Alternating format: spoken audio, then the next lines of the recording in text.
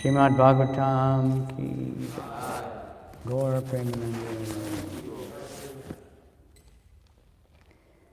Okay. Third canto, chapter 1, is that right? Yes. And the verse is here for 39.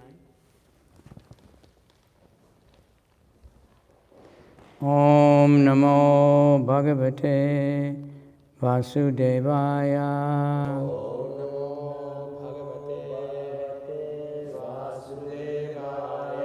Om Namo Bhagavate Vasudevaya.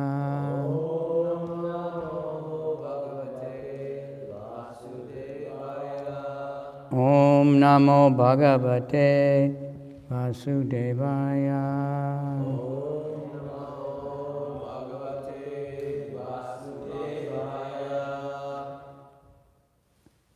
Okay, Srimad Bhagavatam, third canto, chapter 1, text number 39, is that right?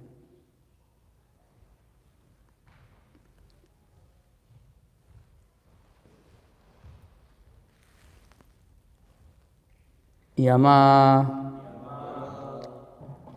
Uttasvit Tanayo Pritaya Partar Rito Pakshmabir Akshiniva Remata Udaya Mride Swariktam Parat Suparna Ivo Vajni Vaktrat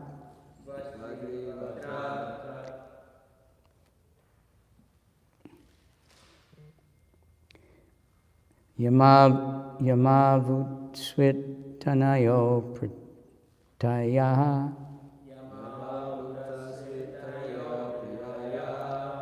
Partair Vito Pakshmabir Akshaniva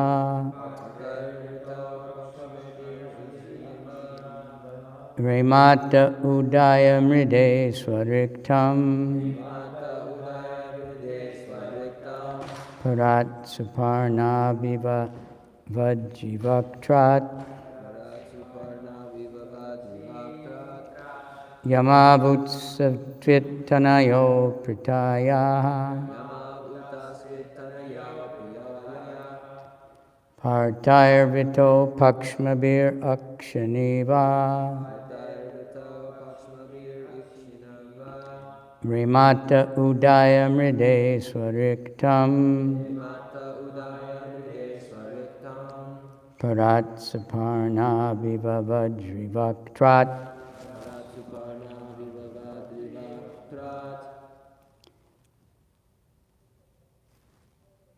Utasvitanaya Pritaya Partar Vitao Pakshmabir Akshiniva Remata Udaya Mridesva Riktam Parat Suparna Vivavadrivakrat Parat Suparna Viva Vajrivaktrat Yamavutsvit Tanayo Pritaya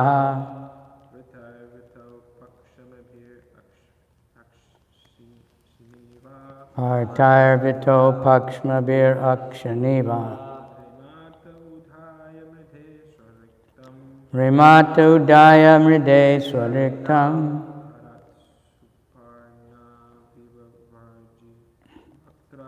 Parat Suparna Viva Vajrivaktrat Yamavutsvit Tanayo Pritaya Partair Vito Pakshmabir Akshaniva Remata Udaya Mride Swariktam Parat Suparna Vibhavadrivaktrat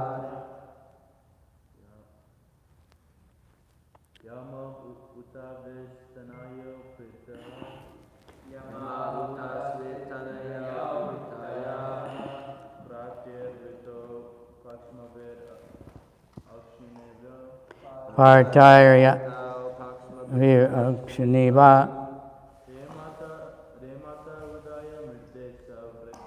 Remata Udaya Mride Swariktam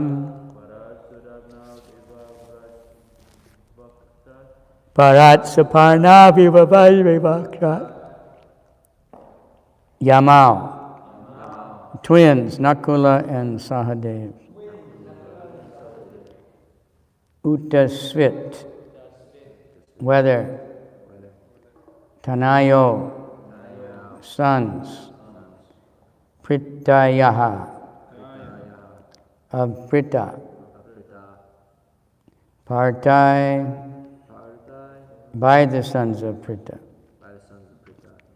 Vito, protected. Pakshmabi, by shields. Akshini, of the eyes. Iva, like. Re mate, playing carelessly. Udaya, snatching. Mride, in the fight. Sariktam, own property. Parat, from the enemy Duryodhana. Suparna, Garuda, the carrier of Lord Vishnu. Eva, like. Vajrivaktra, from the mouth of Indra. Vajra is a thunderbolt. Are the twin brothers who are protected by their brothers doing well? Just as the eye is always protected by the eyelid, they are protected by the sons of Prita, who snatched back their rightful kingdom from the hands of their enemy Duryodhana, just as Garuda snatched nectar from the mouth of Indra, the thunderbolt carrier. Repeat that, everybody. Are the twin brothers who are protected by their brothers doing well? Just as the eye is always protected by the eyelid, they are protected by the sons of Prita, who snatched back the rightful kingdom from the hands of their enemy Duryodhana. Just as Garuda snatched nectar from the mouth of Indra. The thunderbolt carrier. Purport by His Divine Grace, A.C. Bhakti Vedanta Swami Prabhupada. Prabhupada said the purports are his personal ecstasies. Anybody can translate it. So it's not like, it's amazing, so many books, even if he was just translating, but he wasn't just translating, he was writing these purports. Indra, the king of heaven, carries a thunderbolt in his hand and is very strong. Yet Garuda, the carrier of Lord Vishnu, was able to snatch nectar from his mouth. Similarly, Duryodhana was as strong as the king of heaven, and still the sons of Prita, the Pandavas, were able to snatch away their kingdom from Duryodhana. Both Garuda and the Partas are pet devotees of the Lord, and thus it was possible for them to face such strong enemies. Vidura's inquiry was about the youngest brothers of the Pandavas, Nakula and Sahadev. These twin brothers were sons of Madri, the stepmother of the other Pandavas, but although they were stepbrothers, because Kunti took charge of them after the departure of Madri with her husband Maharaj Pandu, Nakula and Sahadev were as good as the other three Pandavas, Yudhishthira, Bhima, and Arjuna. The 5 brothers were known in the world as regular brothers. The 3 elder Pandavas took care of the younger brothers, just as the eyelid takes care of the eye. Vidura was anxious to know whether, after winning back their kingdom from the hands of Duryodhana, the younger brothers were still living happily under the care of their elder brothers. Om Gyana Timirandasya Kananjana Shalakaya Chaksuramilitanyena Tasmai Shri Gurave Namaha Shri Chaitanya Manobhistam Stapitam Yena Bhutale Swayam Rupa Kadamayam Dadati Swapadantikam Vandeham Shri Guru Shri Yuta Padakamalam Shri Gurun Vaishnavamscha Shri Rupam Sajvajatam Sahagana Raghunathan Vitam Tam Sajivam Sadvaitam Sabhadutam Parijana Sahita Krishna Chaitanya Devam Shri Radha Krishna Padan Sahagana Lalita Shri Vishakhan Vitam Cha Nama Om Vishnu Padaya Krishna Pristaya Bhutale Shrimate Bhakti Vedanta Swaminiti Namane Namaste Saraswati Devi Gauravani Prasharani.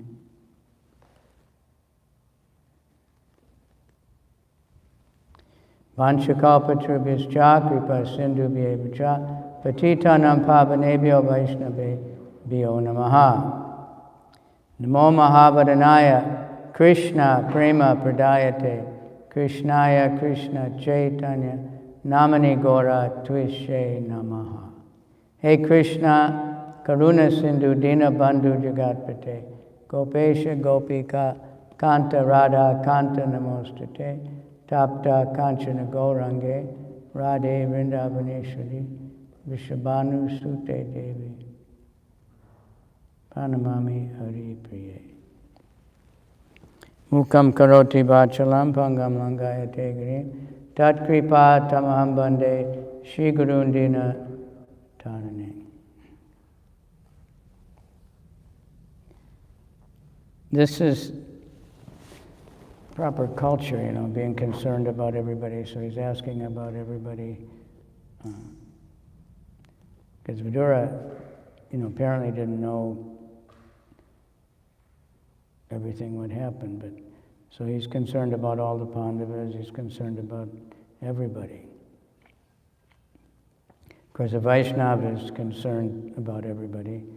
Someone asked Prabhupada once, pray for me or pray for my father. So Prabhupada said, I'm always praying for everybody. That's a Vaishnava. Vanchakalpa Trubhyascha Kripa Sindhu Bhavacha. It's the ocean of mercy. Sometimes it's not easy because there's so much suffering in the world and it doesn't seem like we can do anything. But only Krishna can help anybody. So that Nakul and Sahadev, they were sons of Pandu, but actually no one was, they were all sons of demigods. Yudhishthira was the son of Yamaraj, and Arjuna was the son of Indra, and Bhima was the son of Vayu, and then Nakul and Sahadev were sons of the Kumara, what do they call the twin physicians of the demigods? What's their name? Ashvini Kumars. Because Kunti had that mantra to call demigods to have a child. So she had Karna first, and then Pandu was cursed because of something that happened, that if he tried to engage in conjugal union, he would die. And he wanted sons, so he told Kunti to call 3 times, then she wouldn't do it again. And she said, there's a emergencies. 3 times, that's the limit. So then he wanted Madri. She didn't have the mantra. So somehow she chanted the mantra on behalf of Madri or something. And Madri was thinking, she's a woman, she's not going to want me to have, she's going to want to have more children than me, so she won't do it again, So I called her twins, and she gets 2 kids. The whole thing is interesting, And then Gandhari was pregnant, and when she heard that Yudhishthira was already born, she was so frustrated that she beat her pregnant belly, and then just a lump of flesh came out. So the whole thing is, something that's inconceivable. The nice example of the eyelid is think what you'd be without an eyelid, How long could you last, right? Because how many times, remember from school, how many times you blink every minute? So many, many times. We don't notice it. But otherwise, things would never get lubricated. Your eyes would get totally ruined. So I definitely need the eyelid that protects the eye. So the elder brothers, they were protecting. But Nakul and Sadev also were great fighters. And they were participating equally in the battle. Every Pandava had his different weapon that was a special weapon. Yudhishthira had a lance, and Arjuna the bow, and Bhima the club, and one of them was a sword, and I can't remember the other one. So they had these special weapons, and they all had special skills. And they were sons of the devas, of the demigods, so they were very special. Direct sons. Many of the people in this battle of Kurukshetra, they were demigods who came to participate in the pastimes, Krishna called them. Anyway, it's still going on. Yesterday, I was asked to speak about the Kalki avatar. So I was looking it up. I looked up something that was on the internet, but it was all just speculation, And the Bhagavatam mentions the name many times. It just says the same thing. He'll come and kill everybody. Prabhupada said that there'll be no brain. He was talking to Allen Ginsberg. So there'll be no brain, there'll be no preaching, Kalki, no preaching, only sword. So he was like Parashuram. Some people speculate that it's an expansion of Parashuram. Of course, they're all Krishna coming in different ways. Somehow he came as a prince, all armored and on a big white horse. And, like I think many cultures predict something like that. And just kill all the evil people. And then whoever's left, they repopulate, and it becomes Satya Yuga. I don't know if those people he killed get liberated and also come from the Satya Yuga. It doesn't explain that, but it just killed everybody. The Prabhupada said that, we have Lord Chaitanya, he's compassionate, and he can kill anybody. That was he almost killed Jagai and Madai, but he was stopped. But he killed the demoniac mentality. That's what we're trying to do. Kill our own demoniac mentality by participating in the Sankirtan movement and trying to liberate ourselves and whoever we can. Because anyone who hears the holy name, anyone who chants the holy name, even better. Anyone who even touches the book, read the book, much better, But even if they just touch the book, they get so much benefit. So devotees are, they're trying to connect with the disciplic succession. The Vaishnavas are simply concerned about everybody here, Vidura was concerned, like what's going on. And not much more to that particular question. We've heard a lot about Vidura and a lot about all these different things, and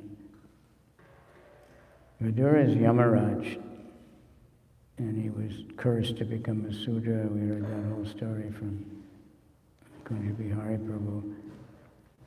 But actually it was a holiday for him, because he's the hardest working demigod. He never gets a break. There's just a constant flow of the same souls coming back again and again, the sinful line. They don't give up their sin. They go through hell and they take birth, and again they do the same thing. Just like so many criminals. They get out of jail and they just do the same thing again. Our Prabhupada said these men, they get these sexually transmitted diseases. And back in the old days it was called syphilis or something. It was very, very painful. But as soon as they got cured, they'd go out hunting again for another woman and get it again. Because this is the nature of the prayaschita. The only prayaschita that works, that really purifies one from the sinful reactions, is the chanting the holy name. So Lord Chaitanya very kindly, came and gave the holy name freely to everybody and was criticized for it. The so-called Brahmanas thought only Brahmanas can chant the name of God, because otherwise the name will become contaminated, they said. Imagine that. They didn't even read Ishopanishad. What is that verse that?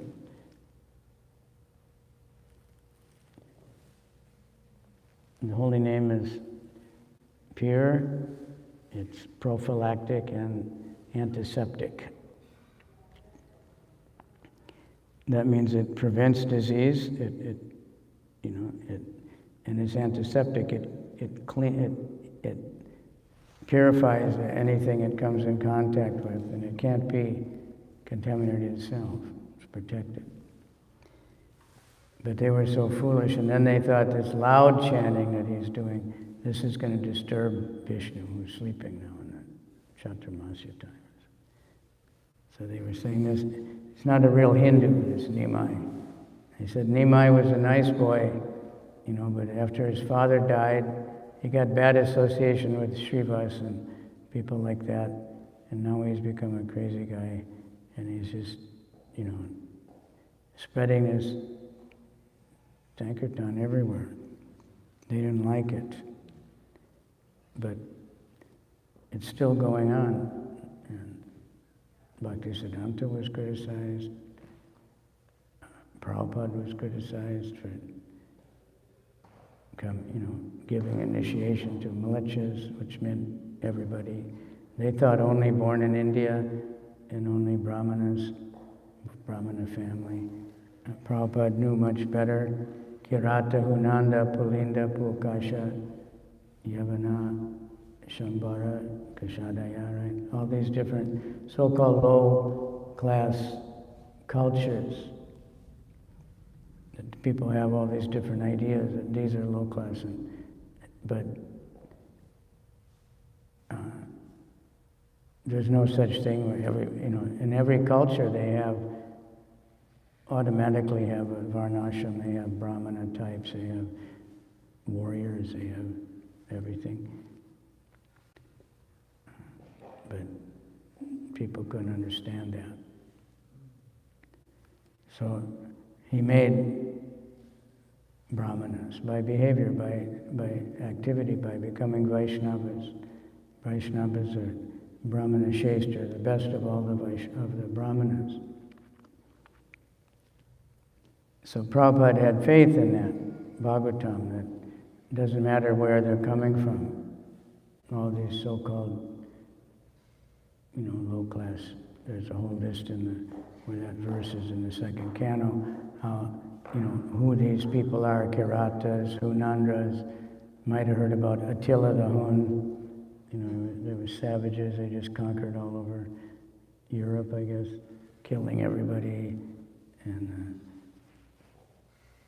all these different types of people that are supposed to, but within any one of those groups you'll find Brahmana types, you'll find everything. You can't judge like that. People are trying to, get away from that, but I was thinking, because we hear all these different things, Black Lives Matter. Who's got a black life? Nobody,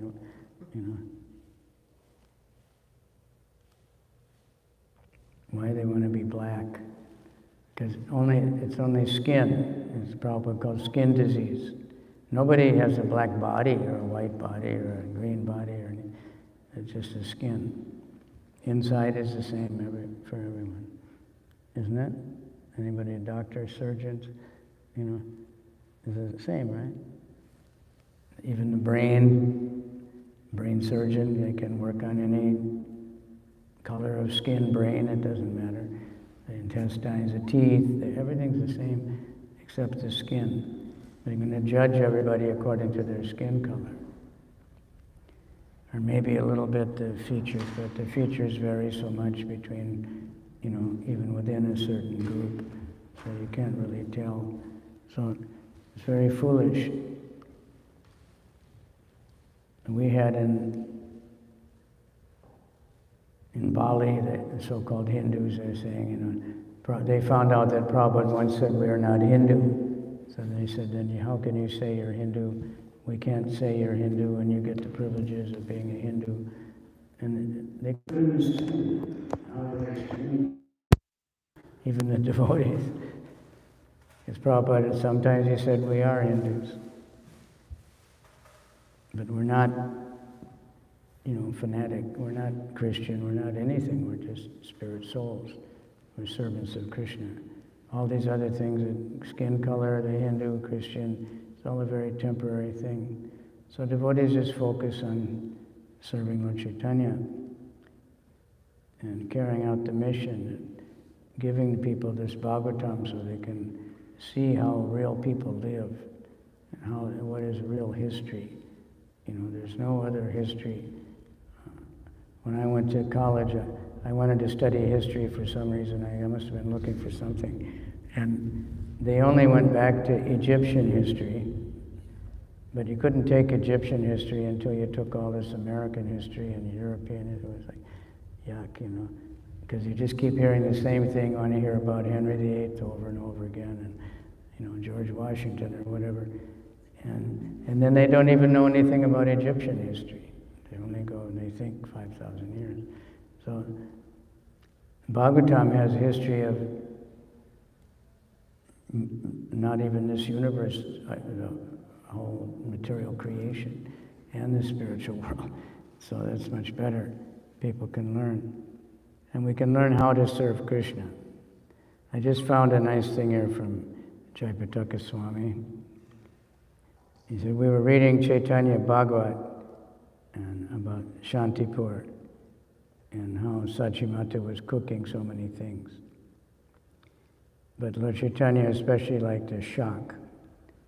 Shak means green leafy vegetables, and we usually say spinach, but in Bengal they have many kinds of shak, anything. And he was glorifying the shak, and he was giving it different spiritual names and saying this has definitely been relished by Krishna, and he just ate them over and over again, and said you can, by eating this kind of prasad, you can get bhakti. So they said, remembering this, because he's in Mayapur, so they have Bengali cooks, Jayapataka offered 19 different shak preparations to Panchatattva. He offered Tankuni shak. That's gotu kola. You know gotu kola? It's a herb we get here, Brahmi, it's called Brahmi in Sanskrit. It's good for the brain. Then there was Indian pennywort, it's called also. Then goat kool shak. kaiko leaves, I don't know what that is. And then kochu shak, taro leaves. Kumro shak, pumpkin leaves. Ponka shak, slender amaranath, green amaranath. And then sechi shak, amaranath. Sojne shak, drumstick leaves. That's moringa. Yeah, that's really healthy. Superfood, cures everything. It doesn't grow around here. Misty aloo shak, sweet potato leaves. Patal shak, parwal leaves. Sarista shak, mustard leaves. Lal shak, red amartus. Sabuj noti shak, green amaranthus. And palak shak, spinach. Brahmi shak, water sisap. And halensa shak, marsh herb. Kalekara shak, swamp weeds. And pat shak, jute leaves.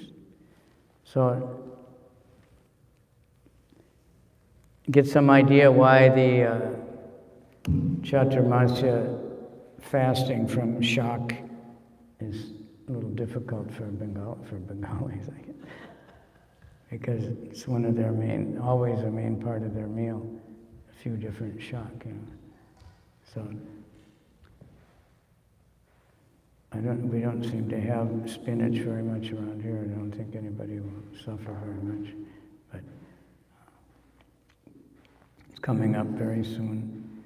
But that's the idea, just to always be thinking. We get inspired, how to serve Krishna in different ways. When we read about how Lord Chaitanya was being served by the devotees and how he tried to serve Krishna. And how Prabhupada been reading Giriraj Swami's book there about the Bombay thing. We've heard it, of course everybody's heard, but there's some more details, but just the intensity of the whole thing, how Prabhupada could deal with that. It was just, and he was at the same time, going around different places and having similar problems in Vrindavan and Mayapur.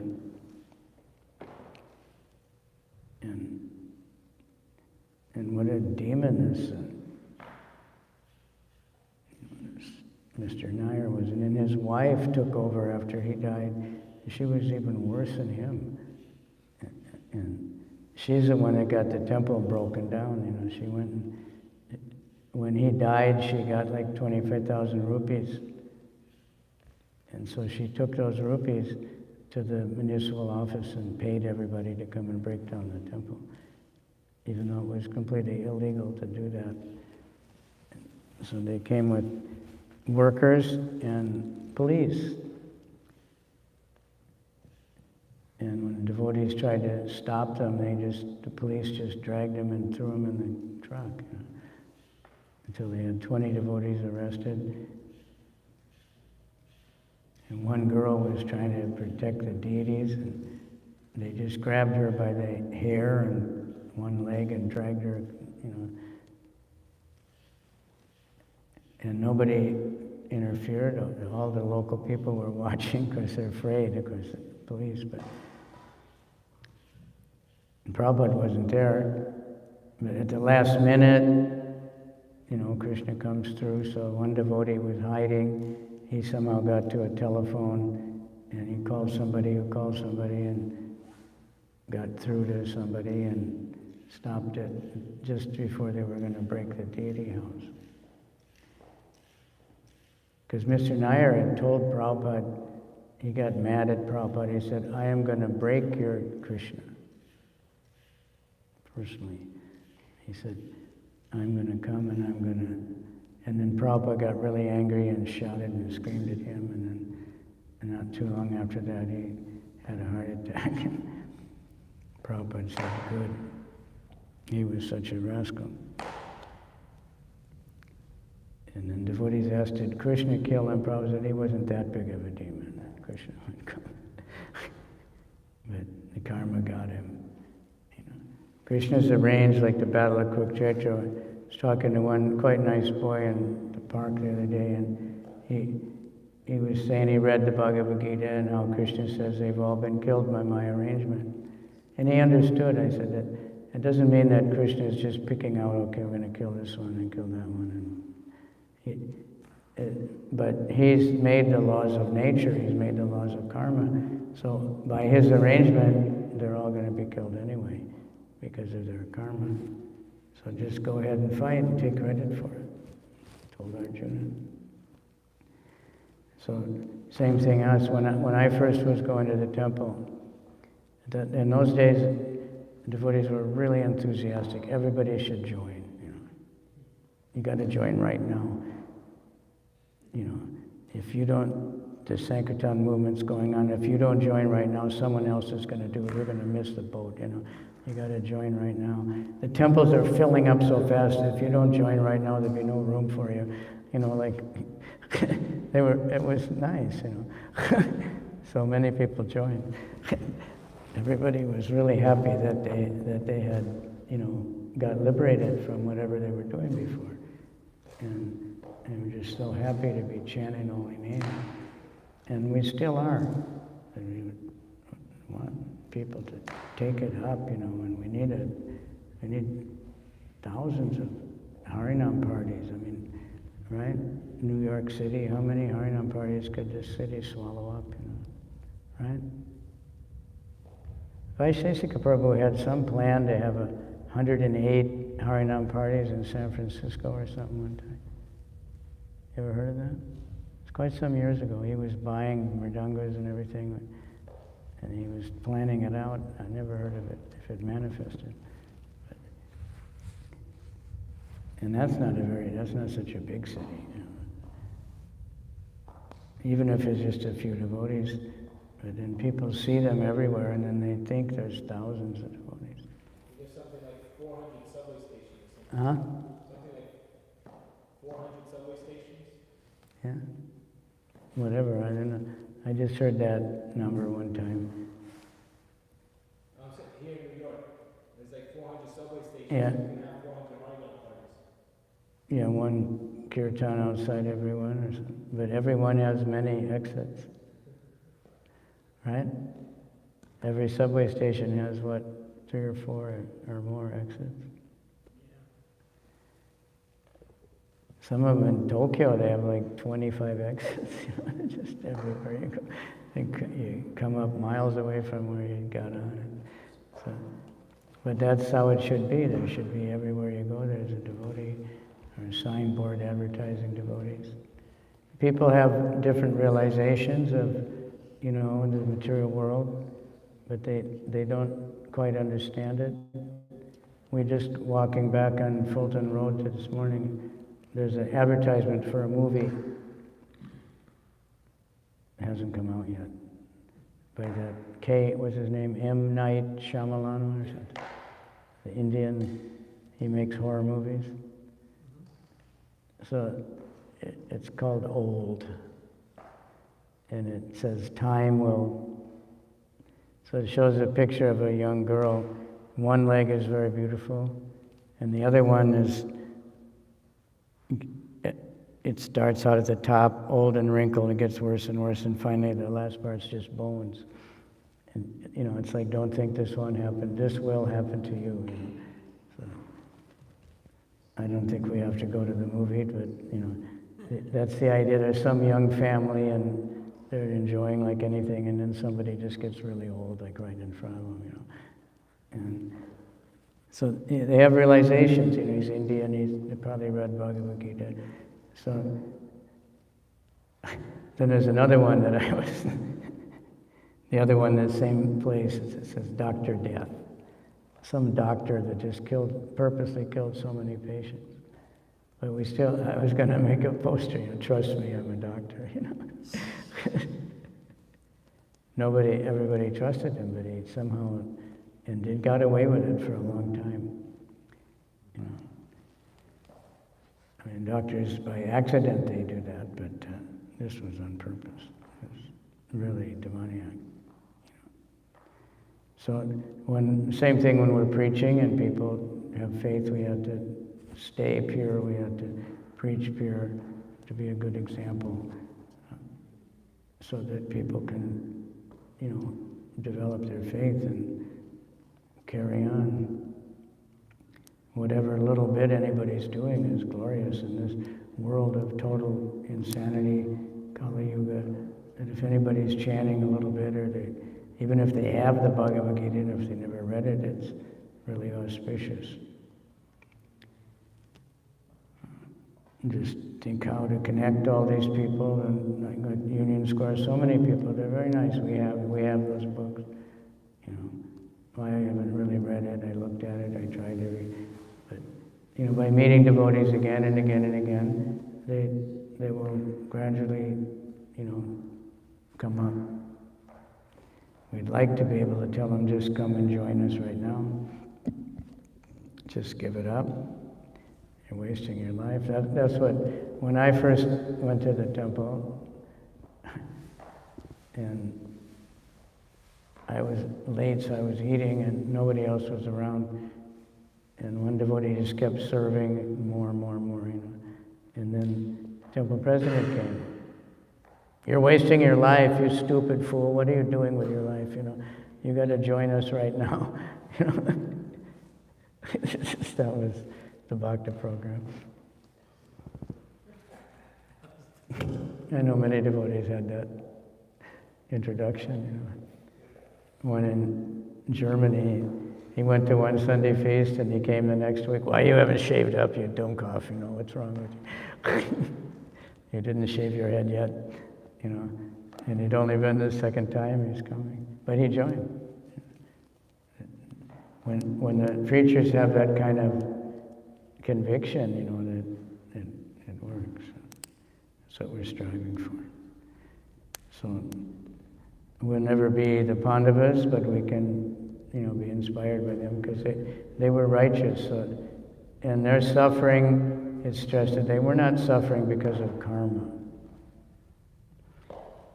When Narada Muni was looking for who got the most mercy of Krishna, and he went to the Pandavas, and Yudhishthira said, don't tell anybody that because if they see what happened to me, nobody's going to want to serve Krishna,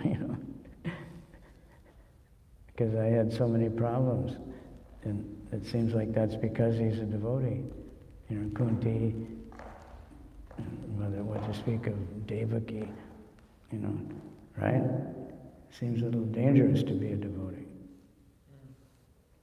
But their suffering was to show how to live with problems, with so-called suffering. So it was an arrangement of Krishna, not at all, nothing to do with karma, like our suffering is.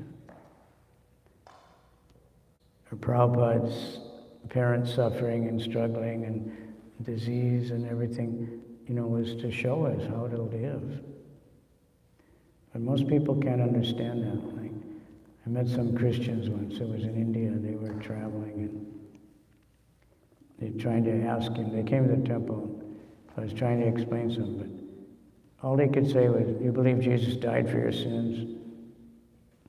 I said, "Well, I think he lived, to show us how to live." "You believe he died for your sins?" Like, don't worry how he lived or what he preached, anything, Just be happy that you're saved. So don't just think the Guru takes all your karma, No, he doesn't. He does a lot, but if we take a vow and then we don't follow it, then the Guru has to suffer. We have to suffer also. But otherwise, if we stick to the practice, then Krishna, it goes through the Guru, goes to Krishna, and at the end of life, we haven't created any new karma to get another birth in the material world. Can you go back to Godhead? Okay, so thank you. Any comments or questions? Are you going to cook 20 kinds of shock today. Because the shock fast starts on 23rd or something. Yeah. I have two comments about, the first about the verse. This whole chapter has been like, I've been noticing that it's just really good metaphors all throughout. Like this one, he's comparing the Pandavas to Nakula Sahadevas, like the eyes and the eyelid, and the Pandavas taking back their kingdom from Duryodhana as like Garuda stealing from Indra. And then I think in before, it was talking about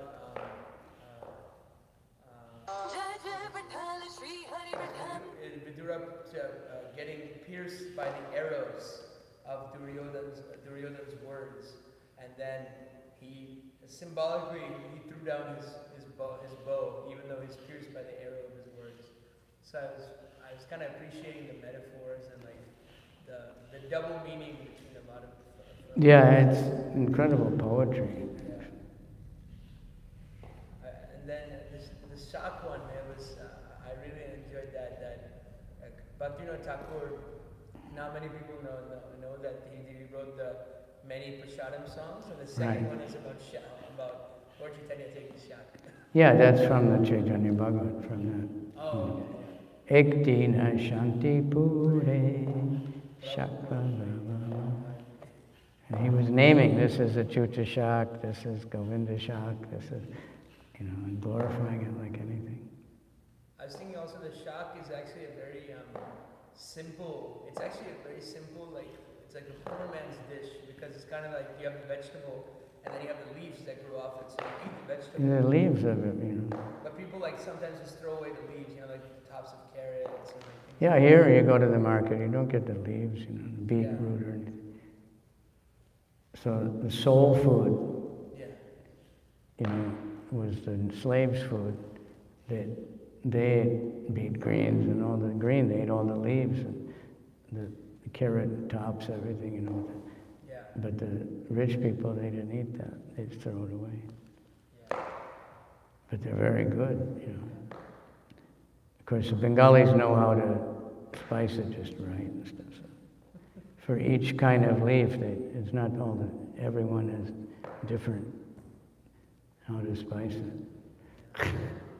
So it's perfectly digestible and nice. All right. Srimad Bhagavatam ki jai. Monday, Harinam Sankirtan ki jai. Everybody's been waiting for us for 2 days. We didn't go. Because Saturday was raining. And Srimad Bhagavatam ki jai. Vidura ki jai. Gaur Premanandi.